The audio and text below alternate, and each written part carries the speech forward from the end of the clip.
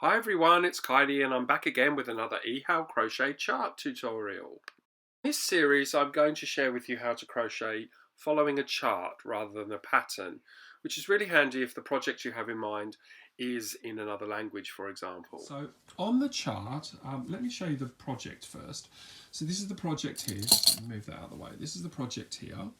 I'm crocheting it in Fathom. It's in the round, and that's the first, I think it's about 30 rows done. It starts with a foundation chain and then it just builds with triple stitches, triple crochet in UK terms, all the way around. And we're increasing as we go to get this sort of round pattern. It's very large. At the moment it covers this little coffee table that I'm sitting in front of. So it's a very large pattern and we're starting to get the detail, these sort of feather leaf shaped details are coming through now. So yeah, it's really lovely. And it started off by finding a picture that looked like this. So obviously freaked me out initially and written in Russian. So I had to kind of translate, like I said. I'll put some details in the description of this video where I found this particular pattern, give them some credit as well, and also what I used, the translation tool I used for translating the stitches. So basically there's a number of symbols that are used in the chart, so it's good to have those written down somewhere. As I said, they were in Russian, so I've just translated them here. They've got a circle which is standing for a chain stitch. They've got this kind of half circle which they're using to stand for a slip stitch, although I have seen that written as just a full stop, like a dot, on a lot of charts that I've looked at recently. This is a double crochet in US terms, so that's a triple in UK terms, which is why I've written triple there. We've got increased stitches like this, 2 into the same one, 2 coming from the same stitch, and we've got decreases here which we call those 2 together, and these are triples. Okay, symbols match, so we've got triples all the way through. In this pattern they also have some triple 3 togethers, so it's just looking at each sort of step. Now, as I said, the pattern itself looks really complicated from the beginning, and the best bit of advice I can give you, the first piece of advice, is to turn this upside down, or whichever way you need to orientate it, so that you can see the foundation chain working through your work.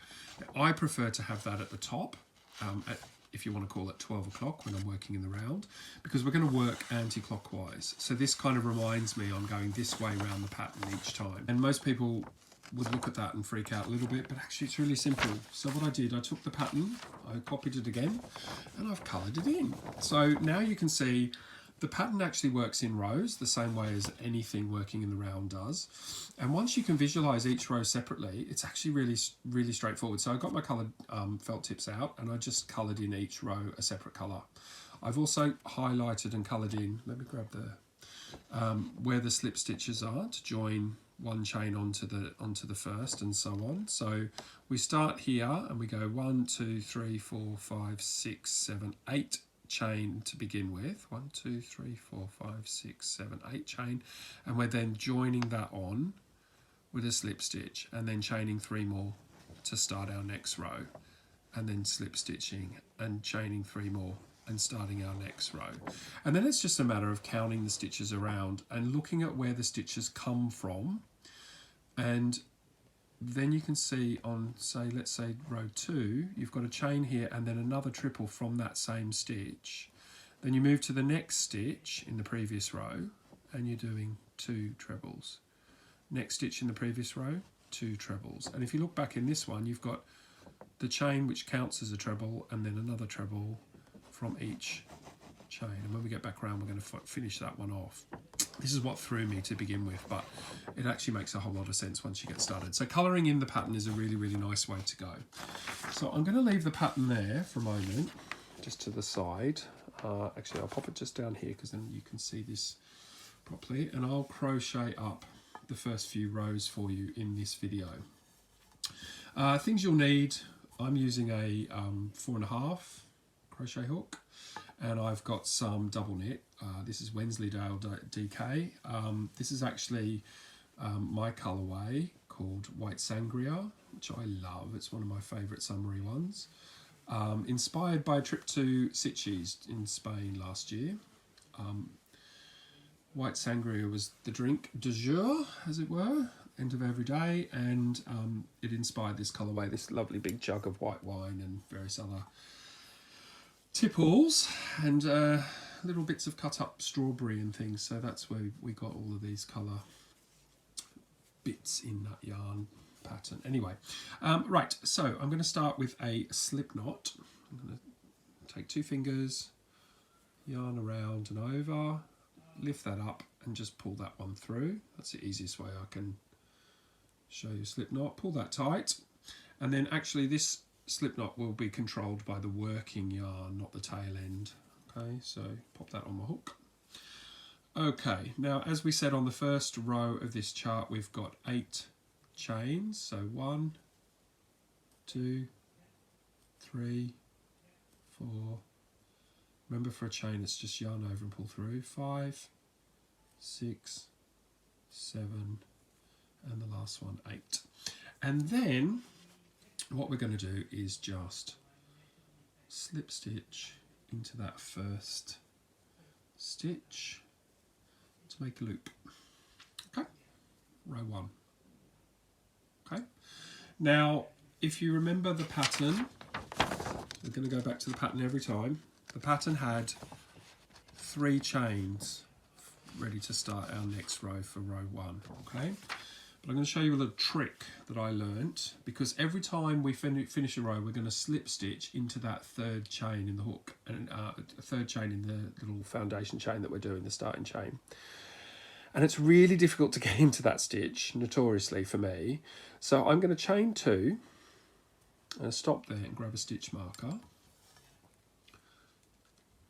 And I'm going to pop this stitch marker just around, let's get that one here, the neck of that stitch, okay, after the chain 2, and finish that chain 3 little strand, and that stitch marker will sit in that 3rd chain for us. So when we finish this row and come back around, we can easily find where we're slip stitching onto, okay. Now, looking at the pattern again, looking at the chart, we're going to do 2 trebles in each of these chains going all the way around. If you count them, we've got 1, 2, 3, 4, 5, 6, 7, 8, 9, 10, 11, 12, 13, 14, 15, and that chain counts as one of those trebles. So we've got 16 trebles all the way around.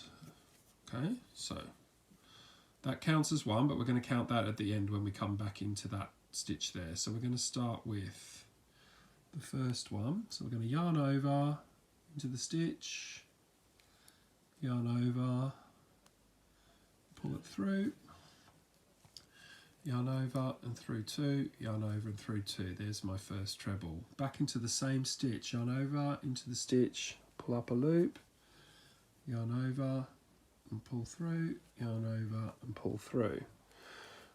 This isn't going to work. Oh, okay. So there's 2 in that first stitch. I'm going to just carry on round the row. Into the next one. This camera's right in my way today. 1, 2, yarn over, in again. And you can see I'm crocheting it over my tail, so I don't have to sew it in at the end. So I'm just letting that tail drag around with my chains, and as I crochet each stitch, I'm just covering that tail slowly, so I won't need to stitch that in, sew that in later on.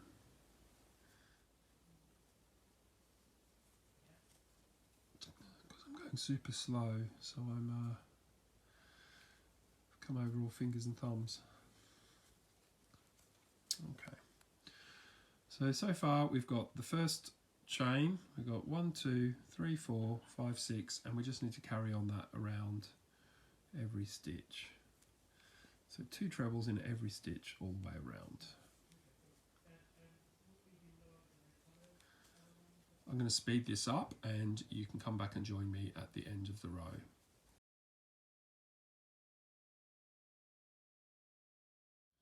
Okay, so we've done our 16 stitches around, well, our chain 3, initial chain 3, and then our 15 stitches around, and all we need to do is now join this treble here onto our chain 3 to finish off the round. So I'm just going to undo the stitch marker now,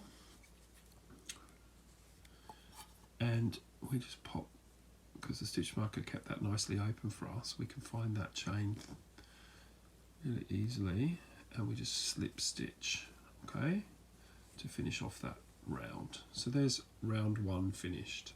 Okay, now we know the next round starts with another chain 3, so I'm going to chain 2, pop that stitch marker around the neck of the stitch there, chain the 3rd, so that's going to sit there waiting for my next slip stitch when I get to the end of row 2. Let's go back to the pattern. So if we look at the pattern now, we've finished off row 1 and we're now up on row 2. We've got our chain. We're going to go into the same stitch again to do our first treble, and then we're going to do 2 trebles in each of these stitches around. Okay, so 2, 4, 6, 8, 10, 12, 14, 16, 18, 20, 22, 24, 26, 28, 30, plus our chain and that one there, 32. So we're increasing all the way around. So if we go back to this, it's really simple now. Okay, so there's our first treble in here. Okay, now we're just going to do 2 on every one. So into the stitch the first time, yarn over, into that same stitch the second time, yarn over, pull up a loop, yarn over and pull through 2, pull through 2. So there's another one. Okay, and into this one. So we've got the chain and the first one in there. We've got 2 in this one here. So we go to the next stitch now. Yarn over, into the stitch, yarn over and pull up a loop. It's 3 loops on the hook. Yarn over and pull through 2. Yarn over and pull through 2. And into that stitch again.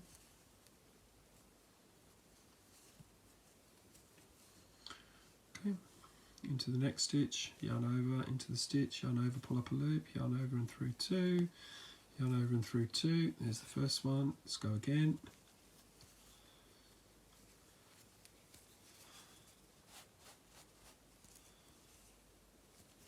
Whoops, sorry, yarn over, into the stitch, yarn over and pull up a loop, yarn over and through 2, yarn over and through 2, back into that same stitch. So you can see each time we're making a V with 2 stitches in each stitch from the previous row. You can pause me if you like and carry on to the end of the row, and I'll meet you there. Okay, so we're back round almost to the end of the row, got 1 stitch to go. That stitch there, yarn over, into the stitch, yarn over and pull up a loop, yarn over and pull through 2, and the last one, yarn over, into the stitch, yarn over and pull up a loop, yarn over and through 2, yarn over and through 2. So now we've got our 32 all around, including that chain 3 and our stitch markers waiting there for us.